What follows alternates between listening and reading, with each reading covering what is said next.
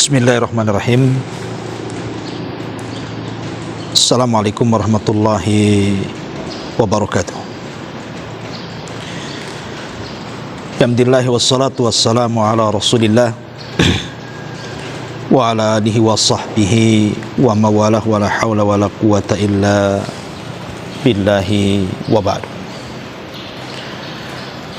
Alhamdulillah, segala puja dan puji hanya milik Allah subhanahu wa ta'ala.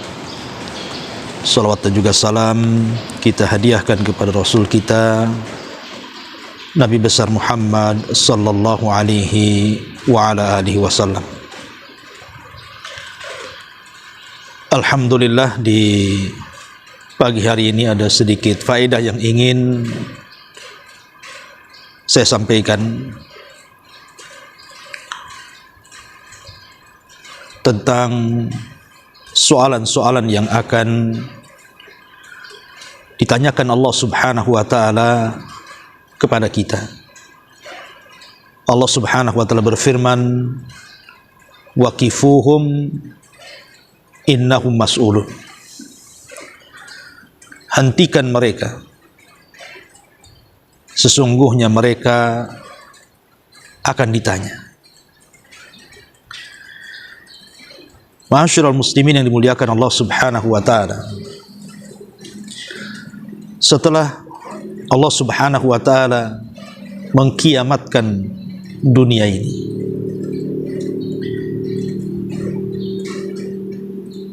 maka manusia akan dibangkitkan oleh Allah subhanahu wa ta'ala setelah kematian mereka. Sebagaimana Nabi SAW bersabda, yuhsyarun nas yaumal qiyamah khufatan uratan ghurlan wa fi riwayatin buhman. Manusia akan dibangkitkan pada hari kiamat kembali tidak menggunakan sandal, kembali tidak dikhitan, dan tidak ada pakaian di badan, serta tidak membawa harta sedikit pun. Manusia akan dikumpulkan di sebuah padang yang sangat luas yang disebut dengan padang mahsyar. Di situlah Allah subhanahu wa ta'ala katakan, waqifuhum innahum mas'ulun. Hentikan mereka, karena mereka akan ditanya di hadapan Allah subhanahu wa ta'ala. Inilah yang membuat kekhawatiran kita. Bagaimana kalau seandainya ketika Allah subhanahu wa ta'ala bertanya kepada kita tentang segala sesuatu yang sudah kita lakukan di dunia, tiba-tiba kita tidak sanggup menjawab? Apa yang terjadi? Makanya para ulama salaf ketika membaca ayat ini, waqifuhum innahum mas'ulun, yang Allah katakan dalam surah As-Saffat ayat 24 ini, satu hari Umar bin Khattab radhiyallahu anhu pernah mengadakan tarawih bersama kaum muslimin selama 1 bulan yang diimami oleh Ubay ibn Ka'ab radhiyallahu anhu. Ketika Ubay ibn Ka'ab radhiyallahu anhu menjadi imam salat tarawih, beliau membaca surah As-Saffat ayat 24, waqifuhum innahum mas'ulun. Hentikan mereka, mereka akan ditanya. Tiba-tiba salah seorang sahabat yang salat di belakang Ubay bin Ka'ab tiba-tiba pingsan. Kemudian para sahabat pun setelah tarawih mengangkat sahabat ini, membawa pulang ke rumahnya. Tiba-tiba ruhnya sudah tidak ada. Ketakutan karena memikirkan bagaimana jawaban dari pertanyaan yang akan ditanyakan Allah kepada kita. Dan itu juga terjadi kepada Ali bin Fudail Ibn Iyad rahimahullahu ta'ala. Ketika dia salat malam, kemudian dia membaca waqifuhum innahum mas'ulun, hentikan mereka, mereka akan ditanya. Maka dia pun terjatuh pingsan, kemudian meninggal dunia. Subhanallah, bagaimana ketakutan para ulama salaf dengan ayat ini. Bahkan Umar ibn Abdul Aziz rahimahullahu ta'ala dikisahkan oleh istrinya Fatimah ketika berdua salat malam, kemudian Umar bin Abdul Aziz menjadi imam dan istrinya menjadi makmum di belakangnya Fatimah. Ketika Umar bin Abdul Aziz membacakan ayat ini, waqifuhum innahum mas'ulun, maka dia terus mengulang-ulang menangis dan menangis sampai tangisannya tidak bisa dihentikan karena ketakutannya dengan ayat ini. Begitu juga Al-Imam An-Nawawi rahimahullah tadi kisahkan dari beliau, ketika beliau mendengar ayat ini dibacakan, maka beliau menangis sampai hampir pingsan. Ma'asyiral muslimin yang dimuliakan Allah Subhanahu wa taala, banyak soalan-soalan yang akan dikatakan atau yang akan ditanyakan kepada kita kelak pada hari kiamat. Tentu yang sebelumnya dimukaddimahi dengan pertanyaan yang ada di kubur. Sebagaimana hadis yang ma'ruf, sebuah hadis yang disahihkan oleh Syekh Albani rahimahullahu taala, Nabi SAW mengatakan bahwa yang pertama kali ditanya manusia di kuburan adalah man rabbuka, siapa Rabb, wa madinuka, apa agamamu,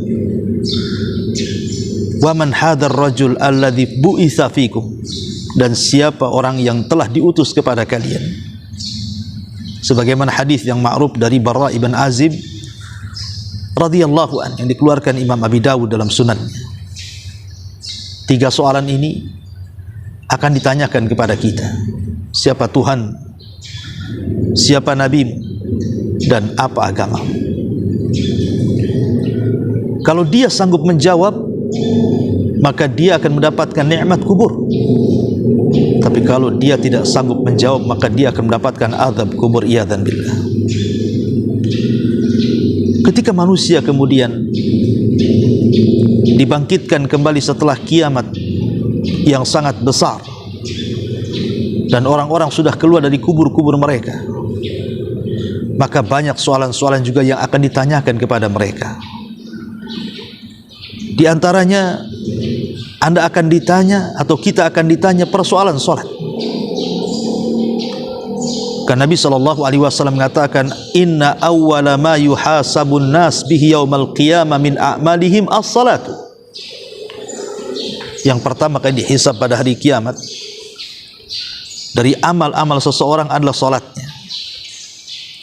Maka Allah Subhanahu wa taala akan mengatakan kepada para malaikat, unzuru fi salati abdi, lihat kepada salat hambaku, apakah dia menyempurnakannya atau menguranginya. Kalau seandainya salatnya sempurna, catatlah dengan sempurna.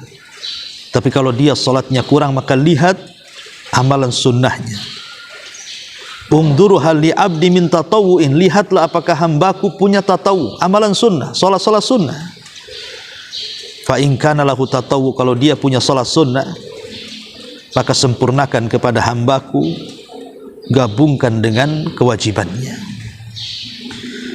Ini yang pertama. Oleh karena itulah maka salat kita akan ditanya. Kalau orang yang salat saja akan ditanya apakah dia sempurna atau tidaknya. Kalau sempurna dicatat sempurna, kalau kurang lihat pula salat sunnahnya. Karena salat sunnah itu bisa menyempurnakan yang wajib. Bagaimana pula orang-orang yang tidak pernah melaksanakan salat? Maka mereka disediakan satu neraka khusus namanya sakar. Sehingga Allah mengatakan, ma salakakum fi sakar. Allah bertanya kepada mereka, apa yang membuat anda masuk neraka sakar? Maka orang-orang yang masuk neraka sakar akan mengatakan, lam naku minal musallin, karena kami tidak pernah salat, naudzubillah. Kemudian juga yang akan ditanyakan soal darah, soal pembunuhan. Kata Nabi SAW, awal ma yuqda bainan nas yaumal qiyamah fid dima. Yang pertama kali akan dihisab di hadapan manusia pada hari kiamat adalah persoalan darah. Jadi kalau hak Allah persoalan salat, kalau hak manusia persoalan darah. Akan ditanya Makanya Allah Subhanahu wa taala ketika menceritakan bagaimana bayi-bayi yang tidak berdosa yang dibunuh hidup-hidup di zaman jahiliyah, bayi-bayi wanita yang tidak berdosa, Allah mengatakan wal mau'udatu su'ilat bi ayyi dzambin qutilat. Dan apabila bayi-bayi perempuan yang dikubur hidup-hidup ditanya, atas dosa apa aku dibunuh? Dan setiap orang yang mendapatkan pembunuhan, orang-orang yang dibunuh, maka mereka akan datang kepada Allah Subhanahu wa taala, membawa kepalanya dengan berlumuran darah, kemudian menarik pembunuhnya dan akan mengatakan, ya Rabb sal hadza fi ma qatalani. Ya Rabb, tanya kepada orang ini kenapa dia sampai membunuhku, naudzubillah. Maka persoalan darah ini persoalan serius dalam Islam. Bagaimana hari ini pembunuhan itu sudah dianggap biasa, darah itu sudah dianggap murah. Terkadang orang yang membunuh tidak tahu kenapa dia bisa membunuh. Kenapa kemudian orang yang dibunuh pun bingung kenapa dia bisa dibunuh. Na'udzubillah. Terkadang persoalan remeh pun terjadi pembunuhan. Bahkan yang lebih parah, anak membunuh orang tuanya, orang tua membunuh anaknya, saudara membunuh saudaranya hanya gara-gara waris, teman membunuh temannya hanya gara-gara hutang piutang, dan begitu seterusnya. Seolah-olah darah itu sudah tidak ada nilainya. Na'udzubillah tsumma na'udzubillah. Apalagi kalau sudah masuk dalam peperangan. Terkadang jiwa-jiwa manusia yang tidak bersalah harus tertumpahkan di situ. Tapi ingat, semua akan ditanya di hadapan Allah Subhanahu wa taala. Kemudian juga yang akan ditanyakan adalah persoalan umur. Umur kita akan ditanya. Masa muda kita akan ditanya. Termasuk harta kita akan ditanya. Termasuk ilmu yang sudah kita miliki, sudahkah kita amalkan pun akan ditanya. Dan ini terangkum dalam sebuah hadis dari Abdullah bin Mas'ud radhiyallahu anhu. Dari Nabi sallallahu alaihi wasallam, la tazulu qadama 'abdin hatta yus'al an arba'. Tidak bergeser kaki anak Adam sampai ditanya 4 perkara. Kata Nabi sallallahu alaihi wasallam, an umrihi fi ma afna, wa an shababihi fi ma abla, wa an malihi min aina iktasabahu wa fi ma anfaqahu, wa madza amila fi ma amila, wa madza amila fi ma alima. Kata Nabi sallallahu alaihi wasallam, pertama umurnya, kemana umur anda habiskan. Yang kedua masa mudanya, kemana masa muda anda lampiaskan. Yang ketiga hartanya, dari mana kau dapat, kemana kau belanjakan. Yang keempat, ilmu, sudahkah kau amalkan. Subhanallah, betapa banyak hari ini kita sia-siakan usia kita. Waktu berlalu begitu saja. Ada di antara manusia yang menghabiskan untuk tertawa kakak setiap hari dari pagi sampai malam. Besoknya tertawa lagi dari pagi sampai malam. Ada orang menangis dari pagi sampai malam. Ada orang yang menghabiskan waktunya hanya untuk bermain ke sana kemari. Semua akan ditanya. Tapi ada sebagian manusia yang mereka menghabiskan waktu-waktunya untuk beribadah kepada Allah Azza wa Jalla. Semua ada balasannya di hadapan Allah Subhanahu wa taala. Ingat, waktu ini sangat berharga, sehingga Al-Quran selalu menjadikan sumpah dalam Al-Quran itu dengan waktu. Karena kita berjalan dengan waktu. Dan setiap nafas yang kita hentakkan itu semua ada pertanyaannya di hadapan Allah Subhanahu wa taala. Kemanakan usia kita habiskan? Makanya ketika penduduk neraka, mereka berteriak-teriak dan mengatakan, wahum yastarihuna fiha. Mereka berteriak-teriak di neraka dan mereka mengatakan, akhrijna na'mal salihan, akhrijna minha na'mal salihan ghairal ladzi kunna na'mal. Ya Allah, keluarkan kami. Kami berjanji akan beramal. Kalau kami dikeluarkan ke dunia, kami akan beramal kembali yang dulu pernah kami tinggalkan dari amalan-amalan itu. Tapi Allah Subhanahu wa ta'ala katakan apa? Awalam nu'ammirkum ma yatadzakkaru fihi man tadzakkar. Bukankah dulu kami sudah berikan usia panjang kepadamu? Kemanakan usia itu? Maka ini akan ditanya. Termasuk masa muda. Karena masa muda ini menentukan masa tua. Kalau orang sudah diberikan taufik di masa muda, insya Allah dia akan diberikan taufik di masa tua. Kalau dia tidak diberikan taufik di masa muda, terkadang susah untuk mendapatkan taufik di masa tua. Walaupun tak jarang ada juga yang akhirnya Allah berikan kesadaran setelah dia tua. Tapi ingat, Nabi SAW mengatakan bahwa al-a'mal bi khawatimiha, amal itu ditentukan akhirnya, tapi akhir itu juga terkadang ditentukan awal dan tengahnya. Ma'asyiral muslimin yang dimuliakan Allah Subhanahu wa ta'ala, termasuk juga harta. Dari mana kau dapat, kemana kau belanjakan? Ada orang yang mencari harta dengan cara halal, tapi dibelanjakan ke yang haram. Maka dia selamat dari pertanyaan yang pertama, tapi tidak selamat dari pertanyaan yang kedua. Dari mana kau dapat, dia selamat. Kemana kau belanjakan, dia tidak akan selamat. Ada juga orang yang mencari harta dengan cara haram, tapi dibelanjakan kepada yang halal. Boleh jadi pertanyaan yang pertama Anda tidak akan selamat, tapi pertanyaan yang kedua akan Anda selamat. Tapi ada yang dua-duanya tidak selamat. Ada orang yang mencari harta dengan cara haram, dibelanjakan pun kepada yang haram. Maka Anda tidak akan selamat dari dua soalan, dari mana dan kemana. Tentu yang paling selamat adalah yang keempat. Dia mencari dengan cara halal dan dibelanjakan ke yang halal. Dan yang terakhir soal ilmu, sudahkah kita amalkan? Ma'asyiral muslimin yang dimuliakan Allah Subhanahu wa ta'ala, termasuk yang akan ditanya adalah kita akan ditanya soal Nabi, soal utusan. Sebagaimana Allah mengatakan dalam surah Al-Qasas ayat 65, "Madza ajabtumul mursalin?" Apa yang sudah kalian ijabah, penuhi dari panggilan para utusan itu?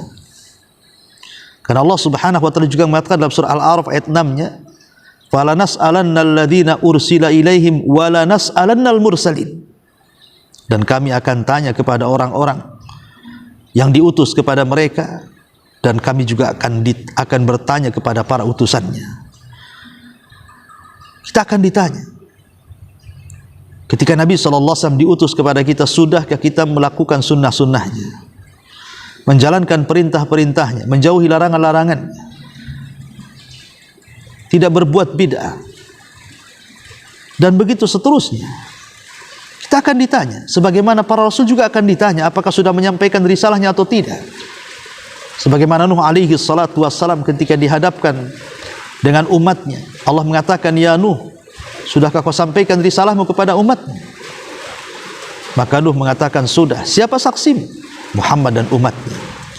Dari sini Allah Subhanahu wa ta'ala menjadikan bahwa Rasul dan umatnya akan menjadi saksi pada hari kiamat bagi umat-umat sebelumnya. Maka kita akan ditanya tentang kesetiaan kita kepada Nabi sallallahu alaihi wasallam,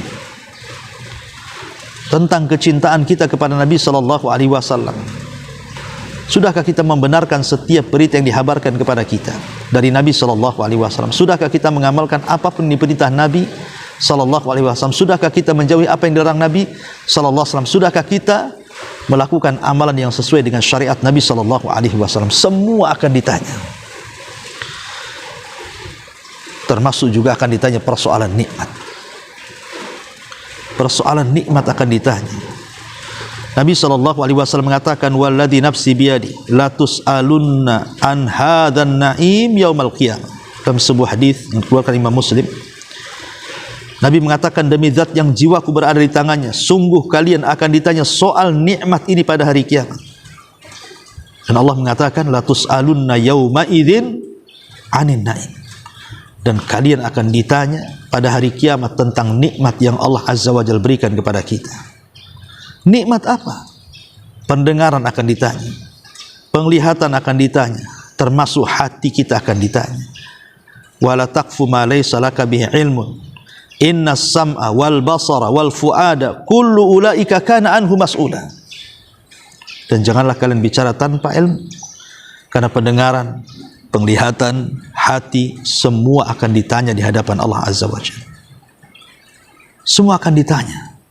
Karena ini wasilah-wasilah ilmu. Melihat, mendengar, berfikir, itu wasilah ilmu. Semua akan ditanya. Ini nikmat yang Allah Subhanahu wa ta'ala berikan kepada kita. Betapa banyak orang-orang yang kemudian diberikan pandangan oleh Allah, kemudian melihat orang-orang yang dibutakan, mereka tidak pernah bersyukur. Padahal pandangan nikmat dari Allah. Berapa banyak orang buta ingin melihat. Betapa banyak orang-orang yang mendengar ketika melihat orang tuli tidak bersyukur. Padahal kalau dia tuli, dia baru terasa betapa indah dan nikmatnya bisa mendengar. Jangankan lagi orang tuli. Orang mendengar ketika ada masalah dengan telinganya saja, tersiksa dia. Bagaimana kalau sampai tuli? Ataupun hati, akal dan pikiran. Ini semua akan ditanya di hadapan Allah Azza wa Jalla. Maka gunakanlah mata kita kepada yang baik, yang halal, telinga kita dan pikiran kita, supaya kita selamat dari pertanyaan-pertanyaan itu. Ma'asyiral muslimin yang dimuliakan Allah Subhanahu wa taala, termasuk juga kita akan ditanya ketika kita diam saat melihat kemungkaran. Nabi sallallahu alaihi wasallam mengatakan, "Innallaha la yas'alul 'abda yaumal qiyamah hatta yaqul ma mana'aka idza ra'aital munkar an tunkirahu." Kata Nabi sallallahu alaihi wasallam, Allah Subhanahu wa taala akan memanggil hambanya pada hari kiamat dan mengatakan, apa yang mencegahmu untuk diam dari kemungkaran? Ingat, man ra'a minkum munkaran falyughayyir bi yadihi, fa illam tastati fa bi lisani, fa illam tastati fa bi qalbi, wa dzalika adaful iman. Kalau kalian melihat kemungkaran, cegah dengan tangan, kekuasaan kalau mampu. Tidak sanggup dengan lisan, kalau tidak sanggup dengan hati, minimalnya ada kemungkaran yang kita ingkari. Jangan kemudian depan kita ada kemungkaran, kita diam saja.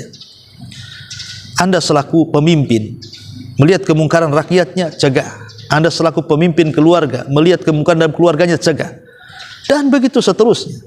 Betapa banyak orang-orang tua kita, kepala-kepala rumah tangga, yang membiarkan istrinya di atas kemungkaran, membuka aurat dibiarkan, menggibah tetangganya dibiarkan, anaknya tidak pakai jilbab dibiarkan, keluarganya melakukan maksiat dibiarkan. Dayus Anda akan ditanya di hadapan Allah Subhanahu wa taala. Ma'asyiral muslimin yang dimuliakan Allah Azza wa Jalla. Dan juga kita akan ditanya soal keimanan dan kekufuran. Allah Subhanahu wa taala berfirman di dalam surah An-Nahl ayat 60-56. Apa kata Allah? Allah Subhanahu wa taala mengatakan, wa yaj'aluna lima la ya'lamuna nasiban mimma razaqnahum tallahi la tus'alunna amma kuntum taftarun. Dan mereka menyediakan sebagian dari rizki yang telah kami berikan kepada mereka untuk berhala-berhala yang mereka tidak mengetahui. Demi Allah, kamu pasti akan ditanya tentang apa yang telah kamu ada-adakan. Ingat orang-orang yang menyekutukan Allah Azza wa Jalla, yang memalingkan ibadah kepada selain Allah, yang menyembah kuburan, menyembah tempat-tempat yang dikeramatkan, menyediakan sesajen kepada mereka, menyediakan kepala-kepala binatang kemudian dilemparkan untuk mereka. Mereka akan ditanya di hadapan Allah Subhanahu wa taala. Bahkan mereka juga ditanya soal malaikat. Allah mengatakan, wa ja'alul malaikata alladziina hum ibadur rahman inathan asyahidu khalqahum sanaktubu syahadatuhum wa yus'alun. Allah mengatakan, wa ja'alul malaikata alladziina hum ibadur rahman, dan mereka menjadikan malaikat-malaikat yang merupakan hamba-hamba Allah yang maha pengasih, inathan, sebagai perempuan. Asyahidu khalqahum, apakah mereka menyaksikan saat menciptakan malaikat itu? Satuktabu syahadatuhum, syahadat mereka, persaksian mereka akan ditanya. Wa yus'alun, akan dicatat dan akan ditanya. Orang-orang yang menjadikan para malaikat sebagai sesembahan selain daripada Allah Subhanahu wa taala, mereka akan ditanya. Yang mengatakan malaikat adalah musuh kami, seperti ucapan orang-orang Yahudi, menganggap Jibril itu musuh mereka, atau orang-orang musyrik yang menjadikan malaikat-malaikat itu perempuan-perempuan Allah. Semua akan ditanya, termasuk juga persoalan amanah. Sebagaimana Allah mengatakan, wala taqrabu malal yatim illa billati hiya ahsan hatta yablugha asyuddah wa aufu bil ahdi innal ahda kana mas'ula. Dan janganlah kalian mendekati harta anak yatim kecuali dengan cara yang lebih baik. Maksudnya bermanfaat sampai di dewasa, dan penuhilah janji-janji amanah, karena amanah itu pasti akan dipertanggungjawabkan dan akan ditanya di hadapan Allah Subhanahu wa taala. Amanah akan ditanya. Amanah-amanah itu akan ditanya. Termasuk juga hak-hak baik yang berkaitan dengan para pemimpin, yang berkaitan dengan kepala rumah tangga, istri-istri, hak-hak bertetangga, dan hak-hak yang lainnya juga akan ditanya. Nabi SAW mengatakan, kullukum ra'in wa kullukum mas'ul an ra'iyati, fal imamu ra'in wa huwa mas'ulun an ra'iyati, wa rajul fi ahli ra'in wa huwa mas'ulun an ra'iyati, wal mar'atu fi baiti zawjiha ra'iyatun wa hiya mas'ulatun an ra'iyatiha, wal khadim fi mali sayyidihi ra'in wa huwa mas'ulun an ra'iyati, fa kullukum ra'in wa kullukum mas'ulun an ra'iyati. Kalian akan ditanya, kalian pemimpin dan kalian akan ditanya. Maka seorang imam akan ditanya tentang kepemimpinannya. Para rumah tangga akan ditanya tentang rumah tangganya. Seorang ibu akan ditanya tentang rumahnya. Seorang pembantu akan ditanya tentang bagaimana dia membantu orang lainnya. Dan kalian pemimpin dan kalian akan ditanya. Jadi semua akan ditanya. Hak pemimpin, hak orang tua, hak anak, hak tetangga, hak tamu, bahkan para pekerja yang Anda zalimi, dan hak-hak secara umum kaum muslimin, semua akan ditanya di hadapan Allah Subhanahu wa taala. Dan itu bagian daripada amanah. Semua akan ditanya di hadapan Allah Subhanahu wa taala. Bahkan semua amalan yang tampak, yang tersembunyi, yang diucap dalam hati, yang diucap dalam lisan, yang diamalkan baik sembunyi-sembunyi, yang diamalkan baik terang-terangan, gerakan-gerakan kita, isyarat-isyarat kita, kemudian tingkah laku kita, akhlak kita, semua akan ditanya di hadapan Allah Subhanahu wa taala. Wala tus'alunna amma kuntum ta'malun. Sungguh kalian akan ditanya apa yang kalian kerjakan. Dan Allah mengatakan, fa wa rabbika lanas'alannahum ajmain amma kanu ya'malun. Dan sungguh kami akan bertanya kepada mereka semuanya terhadap apa yang mereka sudah lakukan di dunia. Semua akan ditanya. Ma'asyiral muslimin yang dimuliakan Allah Azza wa Jalla, kalau sudah tahu kita akan ditanya, lalu apa yang akan kita persiapkan dari jawaban-jawaban itu? Apa yang akan kita siapkan dari jawaban-jawaban yang kelak akan datang? Pertanyaan-pertanyaan itu langsung dari Allah Subhanahu wa taala kepada kita. Maka berusahalah kita terus memperbaiki diri kita, baik lisan kita, pandangan kita, pendengaran kita, pikiran kita, hati kita, akidah kita, ibadah kita, muamalah kita, akhlak kita. Teruslah perbaiki supaya kita bisa lepas dari pertanyaan-pertanyaan Allah Subhanahu wa taala. Karena jawaban itu menentukan keselamatan dan tidaknya kita pada hari kiamat. Inilah dari 18 poin yang akan ditanyakan oleh Allah Subhanahu wa taala kepada kita pada hari kiamat. Mudah-mudahan ada manfaatnya. Subhanakallah bihamdika asyhadu an la ilaha illa anta astaghfiruka wa atubu ilaik. Allahu ta'ala alam. Assalamualaikum warahmatullahi wabarakatuh.